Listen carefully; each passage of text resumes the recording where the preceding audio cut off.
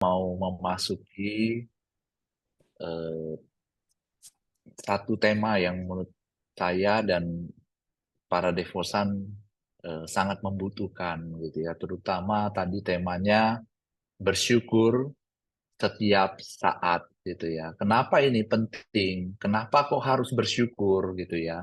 Nah, kita akan masuk. Sebelum itu izinkan saya share untuk PPT-nya gitu ya. Terlihat ya, Bapak Ibu ya, semuanya ya. Terlihat. Lihat Romo. Nah, oke. Nah, bersyukur setiap saat. Sebelum kita masuk di dalam tema, saya mau membacakan satu perikop dari 1 Tesalonika 5 ayat 12 sampai 22 gitu ya. Mari kita mendengar bersama-sama gitu ya. Ini sudah ada, tinggal nanti para devosan bisa melihat, tapi saya baca di kitab suci gitu ya. Nah, 1 Tesalonika bab 5 ayat 12 sampai 22. Kami minta kepadamu, saudara-saudara, supaya kamu menghormati mereka yang bekerja keras di antara kamu, yang memimpin kamu dalam Tuhan, dan yang menegur kamu. Dan supaya kamu sungguh-sungguh menjunjung mereka dalam kasih, karena pekerjaan mereka. Hiduplah selalu dalam damai seorang dengan yang lain.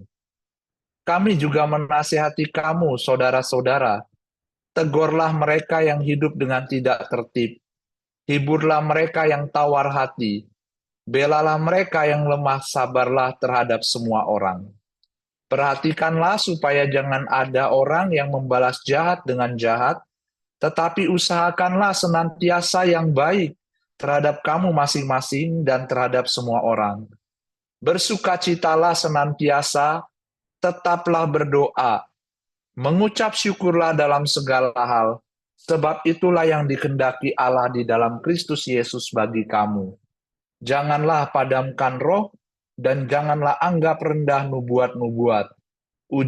Ujilah segala sesuatu dan peganglah yang baik.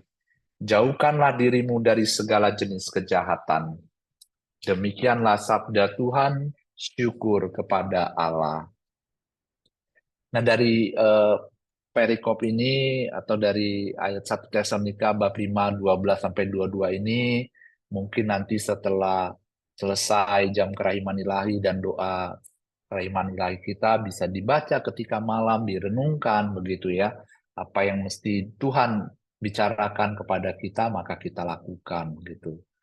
Nah, tak henti-hentinya juga saya mau mengajak kita bahwa ya mungkin dalam hidup kita ada rasa takut gitu ya. Takut apa? Takut mungkin masa depan, takut juga apa yang harus saya lakukan, takut keluarga saya dan sebagainya. Kita hidup seakan-akan kita tidak punya Tuhan begitu. Khawatir juga, khawatir akan apa yang kita lakukan, khawatir juga tentang hidup kita, khawatir, banyak kekhawatiran, cemas, cemas juga dan juga sekaligus putus asa gitu. Dan ini apa nggak boleh? Tentu saja sebagai manusia kita seringkali banyak sekali ini menghinggap di dalam hati kita, di dalam hidup kita. Ini normal gitu. Tetapi jika takut, khawatir, cemas, putus asa yang berlebihan, maka kita akan terkena lingkaran. Lingkaran apa? Lingkaran putus asa, lingkaran tidak punya harapan. Padahal kita semua adalah orang yang percaya kepada Tuhan, bahwa kita adalah orang yang tahu bahwa Tuhan tidak pernah meninggalkan kita. Dan ini yang salah satu aspek yang perlu kita atau yang perlu kita pikirkan bersama begitu ya. Nah, saya akan menggarisbawahi di dalam 1 Tesalonika 5 ayat 16 sampai 18 sesuai dengan fotonya ya, bagaimana keindahan dari orang yang berpengharapan, dari keluarga. Mereka hanya cukup memandang salib yang ada di dalam meja, gambar bahwa mereka tahu bahwa pengharapan mereka adalah dalam tangan Tuhan. Dan saya cukup tersentuh dengan gambar ini, kenapa tangan anak ini begitu percaya gitu ya, kepada Bapa, percaya kepada siapa yang dia sembah. Gitu loh. Ini yang perlu kita lakukan sebagai seorang anak-anak Tuhan, murid-murid Kristus begitu. Oleh karena itulah saya menggarisbawahi, bersukacitalah senantiasa. Apapun yang kita rasakan, bersukacitalah. Tetaplah berdoa dengan setia. Mengucap syukurlah dalam segala hal. Sebab itulah yang dikehendaki Allah di dalam Kristus Yesus bagi kamu. Jadi udah tahu kita harus bersukacita. Walaupun di dalam penderitaan, di dalam kekhawatiran, di dalam kecemasan, kita tetap berdoa. Karena kita tahu bahwa Tuhan adalah Allah yang setia. Lalu mengucap syukurlah dalam segala hal. Kenapa? Karena ini salah satu yang dikehendaki oleh Tuhan di dalam Kristus Yesus. Bagi siapa? Bagi kita. Dan bukan hanya di dalam agama. Saya juga pernah dengar di dalam survei gitu ya, bahwa di Jepang itu, atau di mana ya, perlu kita ada terapi, namanya terapi tertawa, begitu ya. Jadi kita harus tertawa, walaupun nggak ada yang lucu, kita tertawa gitu, terapi tertawa. Kenapa?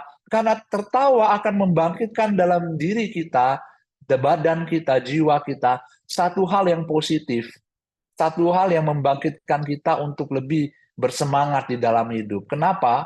Karena kita tahu ketika kita cemas, ketika kita takut, ketika kita khawatir, ketika kita putus asa, bukan hanya jiwa saja, tetapi badan akan terpengaruh.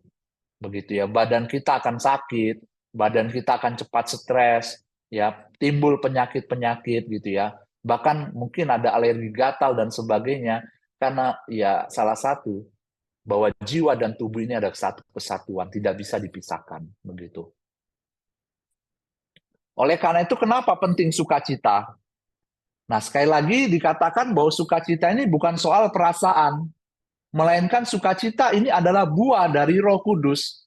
Oleh karena itu kita memohon bahwa setiap pagi ya, bahwa ya Roh Kudus tolonglah saya, bantulah saya supaya saya bisa melihat dengan penuh sukacita segala hal yang terjadi di dalam hidup saya di hari ini. Apapun itu, baik itu baik maupun tidak, biarlah saya bisa bersukacita selalu di dalam Engkau, begitu. Jadi sukacita ini bukan soal, waduh perasaan saya kok lagi berbunga-bunga, lagi dapat kado, lagi dapat sesuatu hal yang baik, lalu saya bersukacita. Tapi kalau misalnya dalam situasi yang misalnya kita lagi ya tidak baik atau juga kesepian atau apapun itu, kita merasa tidak sukacita. Nah, ini sekali lagi bahwa sukacita daripada Tuhan ini bukan soal perasaan, melainkan sukacita Tuhan ini soal bagaimana membiarkan Roh Kudus ini berkarya di dalam hidup kita. Oleh karena itu 1 Tesalonika 1 ayat 6 mengatakan demikian. Kita bisa lihat sukacita orang beriman yang berasal dari Roh Kudus, di mana dalam penindasan yang berat mereka tetap bersukacita, begitu ya. Dan kamu telah menjadi penurut kami dan penurut Tuhan. Ini dalam 1 Tesalonika 1 ayat 6. Dalam penindasan yang berat, kamu telah menerima firman itu dengan sukacita yang dikerjakan oleh Roh Kudus. Nah, kita bisa lihat kembali masa lalu kita, membayangkan bagaimana hidupnya para rasul, para martir, santo-santa begitu ya. Mereka tidaklah hidup sesuai, maksudnya, dengan senang hati, enggak. Tetapi mereka juga mengalami penderitaan-penderitaan, penindasan-penindasan, kelaparan, ya, diasingkan, ditolak. Tetapi apa yang terjadi? Mereka tidak pernah kehilangan sukacita. Mereka tetap beriman. Gitu. Karena apa? Karena pertama-tama sukacita ini berasal dari Roh Kudus. Oleh karena itu kita mesti meminta sukacita ini. Sukacita yang berasal dari Allah adalah sukacita yang tidak bisa diberikan dunia. Ya, dunia bisa memberikan kepada kita apa aja, para devosan kerahiman ilahi yang terkasih, yang membuat kita akan menjadi senang. Tapi sukacita dari Allah didapat karena hubungan kita dengan Allah. Bagaimana caranya kita berdoa? Apakah kita setiap hari berdoa dan merenungkan firman Tuhan? Supaya apa? Ya supaya tentu saja kita merasa sukacita. Gambar ini, Yesus tetap tersenyum, walaupun kita lihat ada salib, ya, luka di badan. tapi dia tetap berbelas kasih, menampakkan sukacitanya, menampakkan belas kasihnya kepada yang membutuhkan. Oleh karena itu kita juga diundang pada siang hari ini, ya hiduplah di dalam sukacita dengan cara apa? Merenungkan bagaimana sikap doa saya. Merenungkan apakah saya setia di dalam doa. Apakah saya sudah bersama dengan Allah. Apakah saya setiap hari, baik pekerjaan saya, apapun itu yang saya lakukan, menjaga cucu misalnya, menjaga putu, menjaga apapun itu, apakah saya itu menganggap itu sebagai doa? Bahwa doa itu adalah pekerjaan, pekerjaan itu adalah doa, gitu, bukan terpisah-pisah. Lalu bagaimana supaya kita dapat beroleh sukacita ya, dalam arti bersyukur setiap saat? Pertama ya doa dan bersyukur tadi sudah dikatakan ya. Bersukacitalah, berdoalah, tetaplah berdoa gitu ya. Kenapa ini penting? Karena pertama-tama doa akan membawa kita untuk selalu ingat pada Allah. Tanpa doa kita akan khawatir. Tanpa doa kita tidak fokus.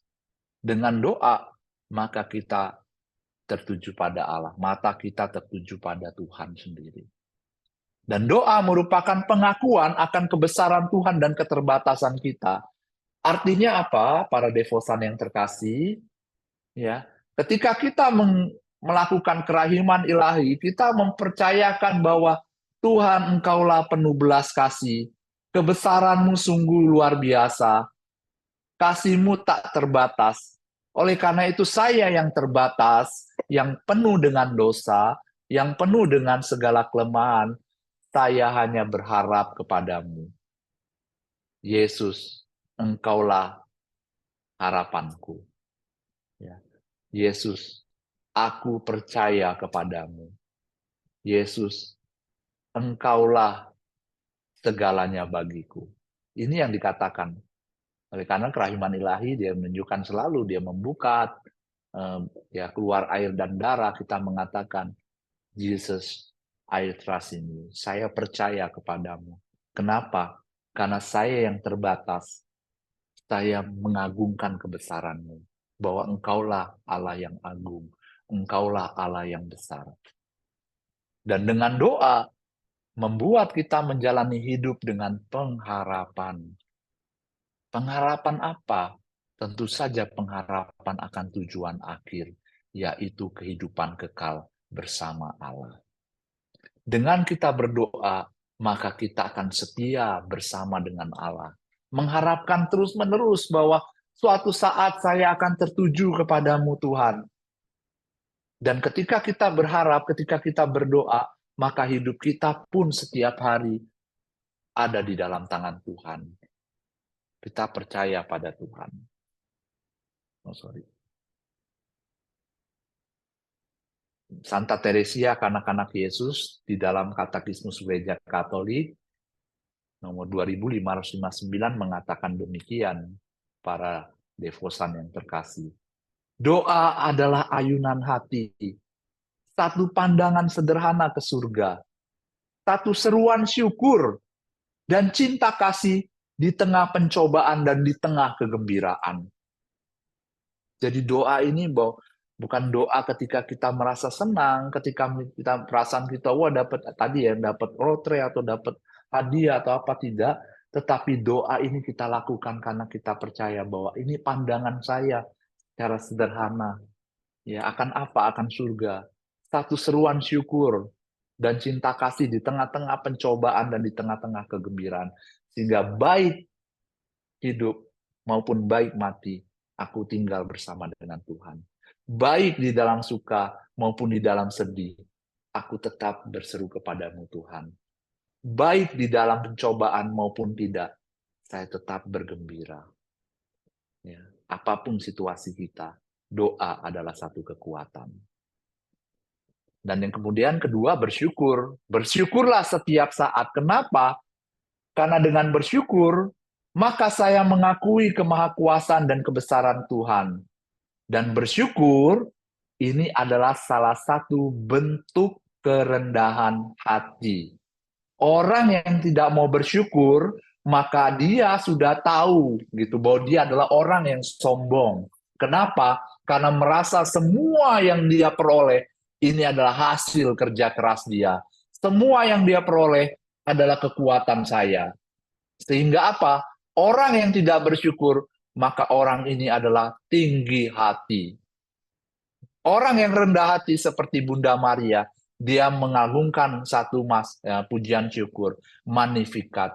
Jiwaku memuliakan engkau, hatiku bergembira, karena engkaulah juru selamatku. Jadi kita bisa mencontoh Bunda Maria sebagai bunda teladan kerendahan hati yang sempurna, yang luar biasa.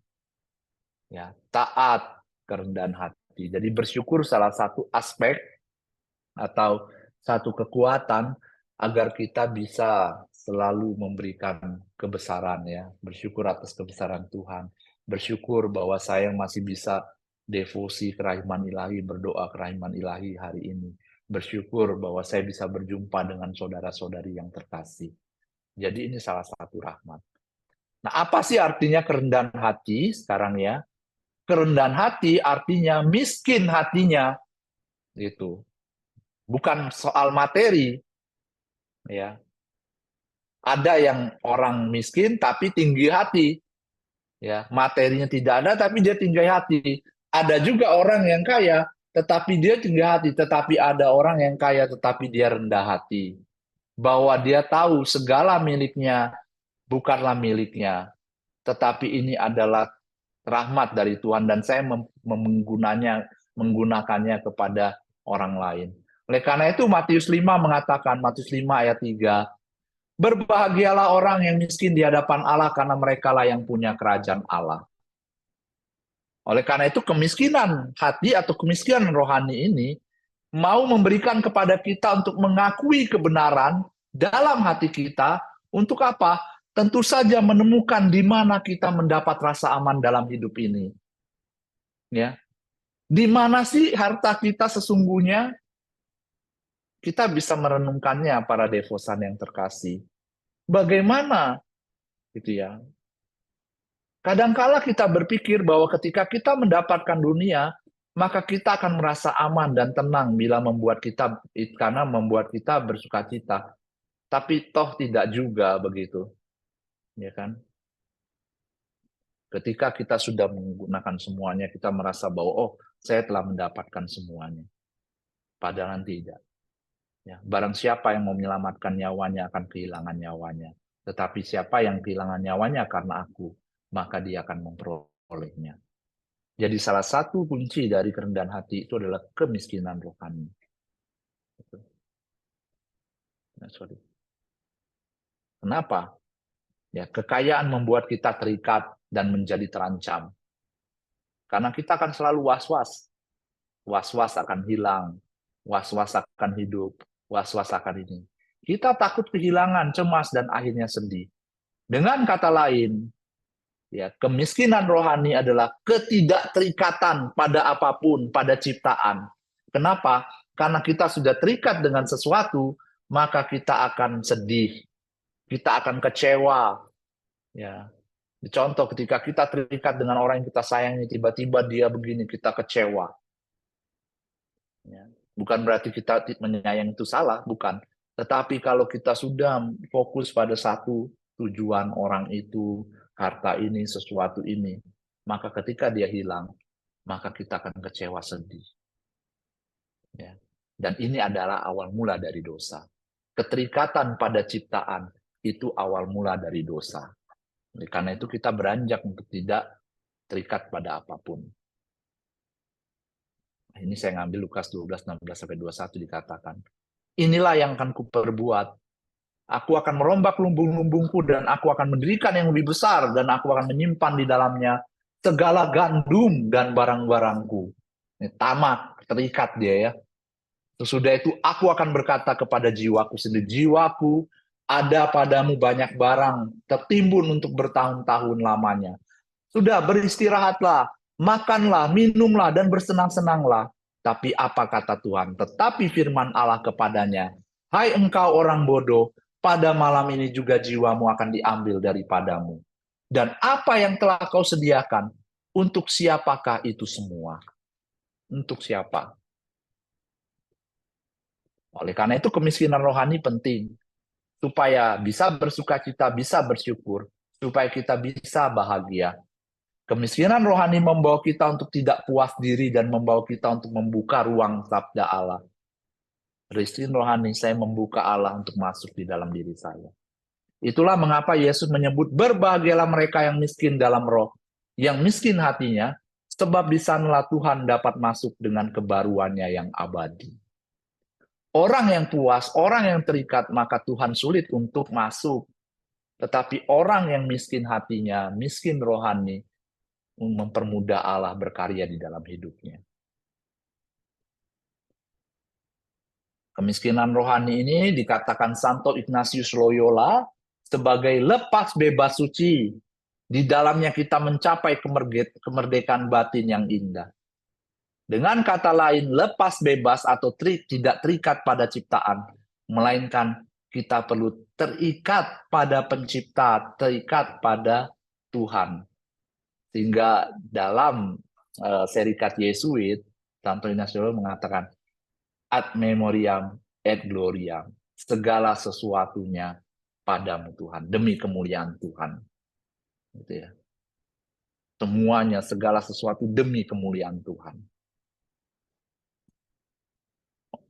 Oleh karena itu, penting untuk melihat ini semua.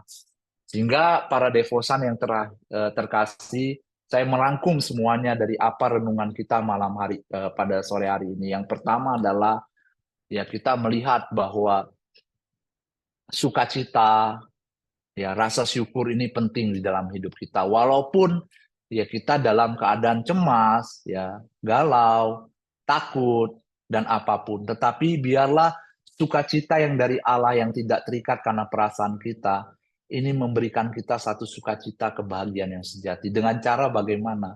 Ya pertama berdoa, bersyukur. Lalu ketiga apa? Memiliki kemiskinan rohani. Kemiskinan rohani adalah tidak terikat pada apapun juga. Bahwa kita ya lepas bebas, lepas suci. Bahwa saya adalah milik Tuhan dan saya percaya bahwa Tuhan akan mendampingi saya dan memelihara saya. Apapun masalahnya itu. Oleh karena itu selalu bersyukur setiap saat di dalam doa kita. Karena dengan bersyukur, dengan berdoa syukur, kita melihat Tuhan. Terima kasih untuk semuanya. Oleh karena itu saya mengundang kita semua untuk satu doa di sini. Ada doa, mungkin kita bisa bersama-sama berdoa. Ya doa penyerahan yang saya ambil diambil dari puji syukur nomor 220. Kita bisa mengatakan ya bahwa kita ini ciptaan. Kita mau menyerahkan semuanya ke dalam tangan Tuhan. Mari kita siapkan hati kita untuk berdoa bersama-sama. Saya pimpin doanya. Dalam nama Bapa dan Putra dan Roh Kudus. Amin. Bapa, aku serahkan diriku ke dalam tangan-Mu. Lakukanlah atas diriku apa yang Kau kehendaki. Apapun yang Kau perbuat, aku bersyukur kepadamu. Aku siap untuk segalanya. Biarlah hanya kehendak-Mu yang terlaksana dalam diriku dan dalam semua ciptaan-Mu. Itulah ya Tuhan yang kuharapkan. Tiada yang lain. Ke dalam tangan-Mu kuserahkan nyawaku. Kepadamu kupersembahkan hidupku dengan segenap cinta yang membara dalam hatiku. Sebab aku mencintaimu ya Tuhan. Oleh karena itu kuberikan diriku, kuserahkan diriku ke dalam tangan-Mu tanpa syarat dan dengan kepercayaan tanpa batas. Sebab Engkau adalah Bapakku. Amin. Dalam nama Bapa, Putra, dan Roh Kudus. Amin. Terima kasih, Tuhan memberkati kita semua. Amin. Terima kasih Terima Romo. kasih.